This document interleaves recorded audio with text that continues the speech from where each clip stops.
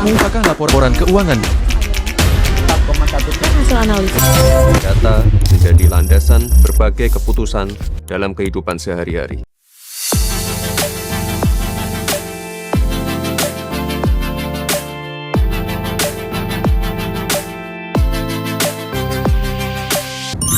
Tahukah kalian baik analisis sumber dan penggunaan dana?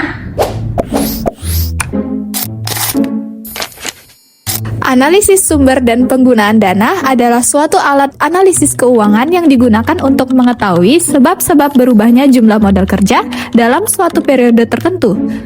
Tujuannya adalah untuk menganalisis bagaimana dana tersebut diperoleh dan dialokasikan. Kemudian dana di sini berarti modal kerja bersih atau selisih antara aktiva lancar dan juga kewajiban lancar. Jadi, sumber dana di sini terbagi menjadi dua. Contohnya, penggunaan dana untuk operasional. Dana digunakan untuk membiayai kegiatan operasional perusahaan sehari-hari seperti pembelian bahan baku, pembayaran gaji karyawan, biaya listrik, air, dan kebutuhan rutin lainnya. Penggunaan dana untuk investasi. Dana digunakan untuk kegiatan investasi jangka panjang, misalnya pembelian aset tetap, pengembangan produk baru, atau ekspansi usaha. Penggunaan dana untuk pembiayaan. Dana digunakan untuk memenuhi kewajiban perusahaan seperti pembayaran hutang, bunga pinjaman, dan pembagian dividen kepada pemegang saham.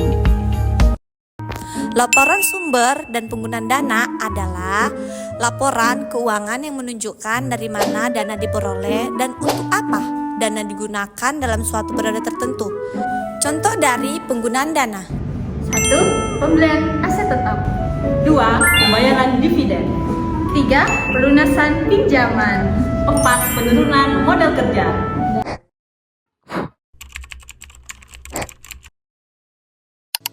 Membandingkan dua neraca.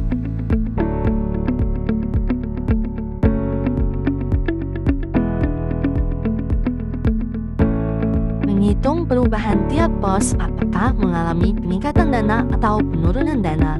Menentukan pengaruh perubahan terhadap dana atau modal kerja.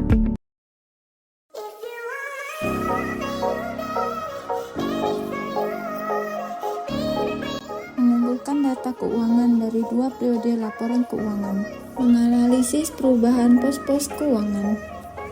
Mengidentifikasi sumber dan penggunaan dana. Menyusun laporan perubahan dana selama periode tertentu. Menganalisis hasil untuk menilai kondisi likuiditas dan efisiensi modal kerja. Kegunaan analisis dana bagi manajemen. Dalam manajemen keuangan, teori, konsep, dan aplikasi, analisis ini membantu manajemen mengevaluasi efisiensi penggunaan modal dan menentukan kebijakan keuangan yang lebih baik untuk masa depan. Perbandingan dengan laporan arus kas. Aspek analisis dana laporan arus kas berfokus pada perubahan modal kerja secara keseluruhan, mencakup melacak seluruh pergerakan dana seperti kas, piutang, persediaan, utang jangka pendek, dan lain-lain. Nah, tujuannya itu untuk mengetahui sumber dan penggunaan modal kerja, menunjukkan kemampuan perusahaan membayar kewajiban dan menghasilkan kas dari operasi, investasi, dan juga pendanaan. Nah, interpretasi hasil analisis ini digunakan untuk menilai kemampuan perusahaan dalam menghasilkan dan menggunakan kas secara efisien. Interpretasi ini dapat mengungkapkan apakah perusahaan memiliki likuiditas yang cukup, apakah penggunaan dana sesuai dengan strategi bisnis, serta membantu pengambilan keputusan manajerial dalam operasional dan investasi.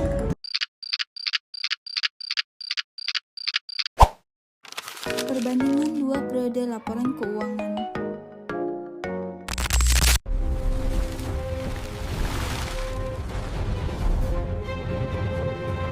Analisis laporan keuangan tidak hanya penting di atas kertas, tapi juga punya peran besar dalam dunia nyata. 1. Efisiensi manajemen keuangan, di mana manajemen harus menjaga likuiditas agar tidak kekurangan khas. Kedua, pertimbangan kreditur atau bank, di mana bank menilai apakah pinjaman digunakan dengan kegiatan produktif.